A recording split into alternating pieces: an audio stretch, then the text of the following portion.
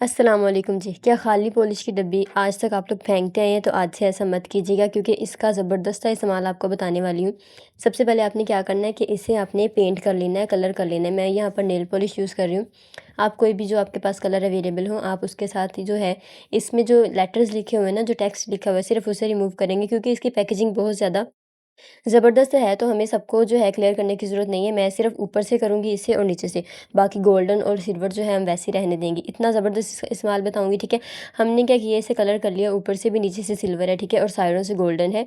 दोनों साइडों को मैंने कलर कर लिया है, ठीक है, पेंट कर लिया नेल पॉलिश के साथ। अब इसके अंदर आप क्या रख सकते हैं, आप अपने नेल्स, पिन्स, हिजाब पिन्स, जूड़ा पिन्स, अपनी पोनियाँ, छोटे-छोटे कैचर्स, जो भी आप स्टड्स उतारती हैं, ठीक है, जो कानों में टॉप्स पहने होते हैं या लॉकेट वगैरह जो भी उतार के रखती हैं, ठीक है, वो सारी चीज़ें आप लोग इसमें ईज़िली सिक्योर कर सकती हैं।